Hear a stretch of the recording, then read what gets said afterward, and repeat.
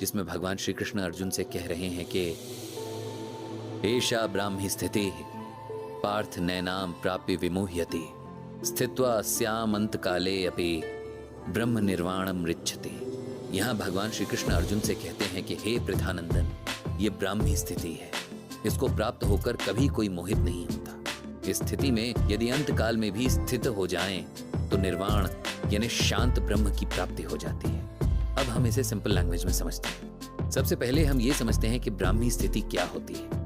ब्राह्मी स्थिति का मतलब होता है मन की ऐसी स्थिति जिसमें इंसान पूरी तरह से अपने मन को अपने कंट्रोल में करके पूरी तरह से ब्रह्मा यानी परमात्मा को समर्पित हो जाता है। उसके सारे कर्म, सारी इच्छाएं, सारे थॉट्स बस भगवान को डेडिकेटेड होते हैं। ऐसी स्थिति में पहुंचकर मोह पूरी तरह छूट जाता है और शरीर का अंत होने पर, क्योंकि अंत तो शरीर का ही होगा, आत्मा का नहीं, इसीलिए जब ऐसे भक्त के शरीर का अंत होगा तब तो उसी परम परमात्मा में मिल जाएगा। ये तो हम सभी जानते हैं कि हम सबकी आत्मा में परमात्मा का अंश है। एक पुरानी कहावत भी है कि जैसी मति वैसी गति, यानी अंत समय में जिसके मन में जो चल रहा होगा उसको वैसी ही गति यानी मुक्ति भी मिलेगी। जो इंसान समझ जाता है कि ये शरीर तो खत्म होना ही है और इसे चलाने वाली जीवात्मा कभी खत्म नहीं होती है, वो इंसान खुद अपने अपने शरीर में रहने वाली आत्मा और उसमें मौजूद परमात्मा का ध्यान करते हुए इस शरीर को छोड़ते हुए भगवान स्वरूप यानी उनके जैसा हो जाता है और उसके अच्छे बुरे सब कर्म खत्म हो जाते हैं। मतलब उसके जीवन मरण का चक्र ही खत्म हो जाता है और वो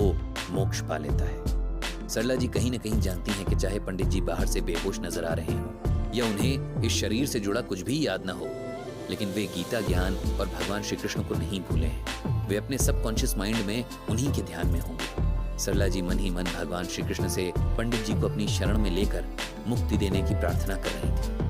अभी वे भगवान के ध्यान में ही थी कि पंडित जी अचानक बहुत तेज तेज सांस लेने लगे। अभिनव ने यह देखा और दौड़कर बाहर से राघव को बुला लाया। सरला जी ने भी आवाज सुनी और उन्होंने पंडित जी का सर अपनी गोद में रख लिया और उनका हाथ अपने हाथों में ले लिया। राघव ने साइड टेबल पर रखा थोड़ा सा गंगाजल पंडित जी के मुंह में डाल दिया। कुछ ही पलों में पंडित जी का शरीर एकदम शांत हो गया।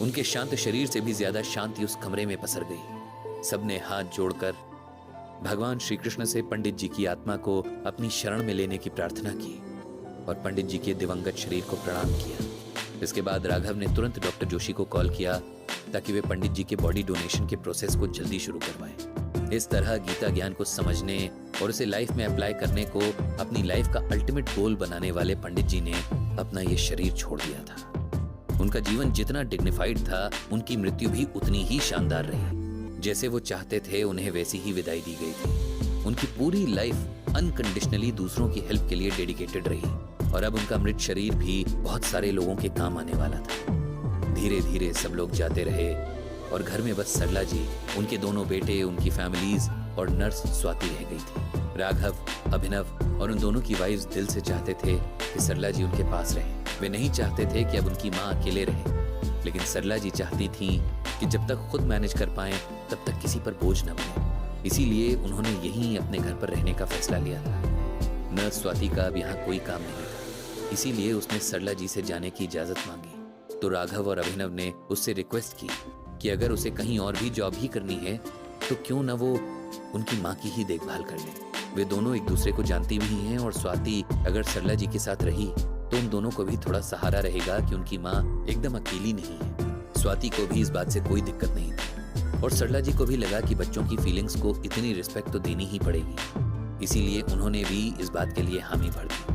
पंडित जी अपनी सारी किताबें एक लाइब्रेरी को डोनेट कर गए थे। इसके अलावा उनकी कुछ गिनती की चीजें थी, उन्हें भी जरूरतमंदों को डोनेट कर दिया गया था। इस तरह गीता ज्ञान के एक सच्चे साधक का जीवन समाप्त हुआ।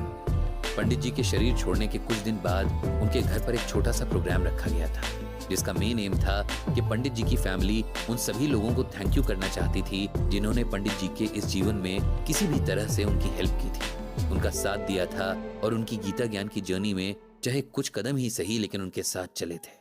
राघव ने अपने फेसबुक पेज पर पंडित जी के गीता ज्ञान ब्लॉग को टैग करते हुए इस प्रोग्राम की इन्फॉर्मेशन दी थी। प्रोग्राम में बहुत लोग आए थे। कुछ पंडित जी के दोस्त थे, लेकिन ज्यादातर उनके ब्लॉग को पढ़ने वाले लोग थे जो इसी शहर में रहते थे। उनका प्यार देखकर पंडित जी की सारी फैमिली बहुत खुश थी। फॉर्मल थैंक यू नोट के बाद सरला जी ने बोलना शुरू किया। उन्होंने कहा कि उन्होंने पंडित जी को एक आम इंसान से एक ऐसा इंसान बनते देखा जिसके पास बहुत पेशेंस था, जो किसी की भी हेल्प को हमेशा अनकंडीशनली तैयार रहता था, जो कभी ना तो गुस्सा करता था न बेवजह कोई बात करता था, जो अपने हर काम को भगवान की पूजा की तरह सच्चे मन से करता था। और उनके अंदर ये सब चेंजेस लाने का क्रेडिट श्रीमद् भगवत गीता को जाता है। गीता न सिर्फ हमें धर्म के बारे में बताती है बल्कि जीने की आर्ट भी सिखाती है।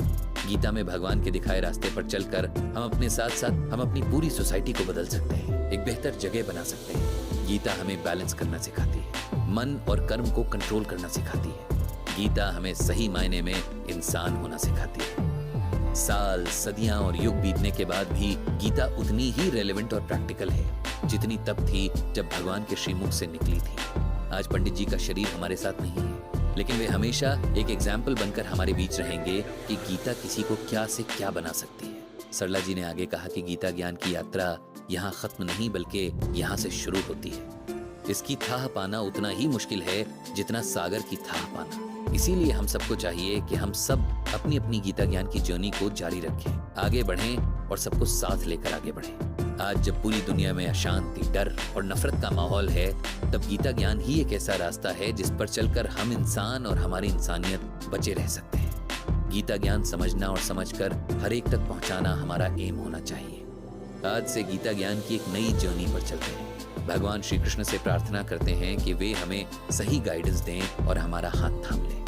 भगवान श्री कृष्ण हम सबको सद्बुद्धि और शक्ति दें ताकि हम भी गीता ज्ञान को अपनी जिंदगी में उतार सकें।